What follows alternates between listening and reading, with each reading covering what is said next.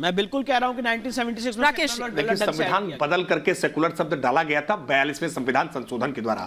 संविधान के प्रियम्बल में कहीं सेकुलर शब्द नहीं था कि 42वें संविधान संशोधन करके डाला गया। देश में 100 से ज्यादा संविधान में संशोधन हुए। संविधान में संशोधन का होना कोई ऐसा बड़ा नहीं है कि कोई बहुत बड़ा अपराध होगा।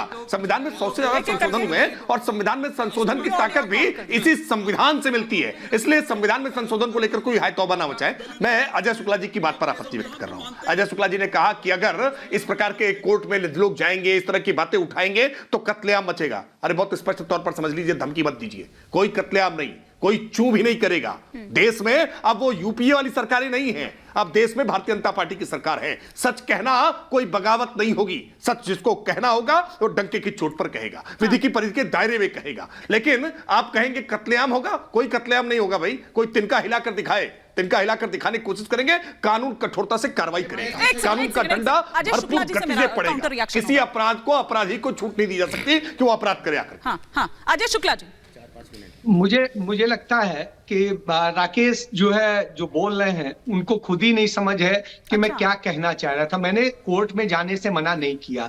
और राकेश जो कह रहे थे, मैं ये कह रहा था कि जिस तरह की घटनाएं हो रही तो क्या आप उसको ईदगाह, नहीं, आपने कहा कत्लेआम होगा, क्या आप करेंगे? मैंने उसको लेके कहा, मैंने उस तरह की, मैं जो आडवाणी, नहीं, कौन तोड़ देगा ईदगाह? किसने कहा ईदगाह तोड़ देने की बात? कहा आप। और यदि उसका रिकॉर्ड देखेंगे तो हिंदुओं ने ज्यादा कत्ल किए थे, मुसलमानों ने उतने कत्ल नहीं किए थे। आपका रिकॉर्ड बताता है। और दूसरी बात ये कहता हूं, ये अजय शुक्ला अजय शुक्ला का ये बयान बहुत विवादित है। ये जानबूझ करके हिंदुओं का पन, और ये कैसे शुक्ला है भाई? ये ऐसे ही जयचंदों के कारण तो ये दशा हुई है। ये हिंदू होकर के कह रहे हैं कि हिंदुओं ने सर्वाधिक कत्लेआम किए। ये किस प्रकार की बात कर रहे हैं? ये अजय शुक्ला मानसिक दिवालियापन को पहुंच चुके हैं क्या? उस तरह मानसिक दिवालियापन के शिकार हो गए। ये फैक्ट्स कहां से लेकर आए? आप वरिष्ठ पत्रकार हैं सर। झोंक दिया,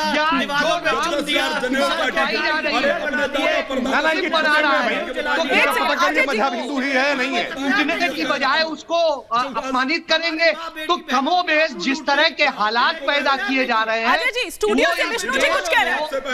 एक सेकंड। मैं अजय जी से सवाल अजय जी और विष्णु जी, सवाल पूछना चाहता हूं कि जितने यहाँ पे जनेऊ जलाए गए, जितने यहाँ पे कत्लेआम हुए, दीवालों पे चुन दिया गया, गरम तवे पे झोंक दिया गया, हजारों यहाँ पे जौहर हो गए, कितने लोगों को मार डाला गया, कितने मंदिर तोड़ दिए गए, और उसके बाद ये कहते हैं कि विष्णु शंकर जैन मूर्ख हैं। तो मुझे लगता है इनको अपने ऊपर एक बार खुद से आत्मचिंतन करना चाहिए कि ये कौन सा इतिहास पढ़ के आए हैं। क्या इन्होंने मुगल हिस्ट्री नहीं पढ़ी है कि यहाँ पे कितनी भारी मात्रा में हमारी संस्कृति के साथ, हमारी विरासत के साथ खिलवाड़ किया गया? डिबेट जो है वो भावनाओं के ऊपर चली गई, हमें तथ्यों के ऊपर आना चाहिए था। फिर वो भावनात्मक मुद्दों पे चली जाती है और फिर वो यही सीन है।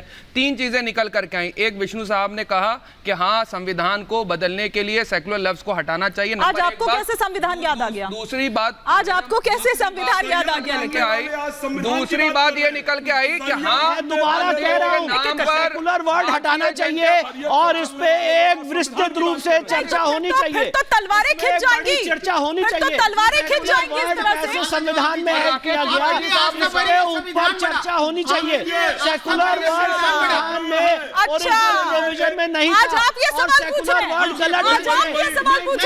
और अंग्रेज साहब, मतलब ये कितना सेलेक्टिव अप्रोच है आपकी। आज आपको वर्ड का क्या मायने है, इसमें चर्चा होनी चाहिए। और सेकुलरिज्म इस देश का बेसिक स्ट्रक्चर नहीं हो सकता है।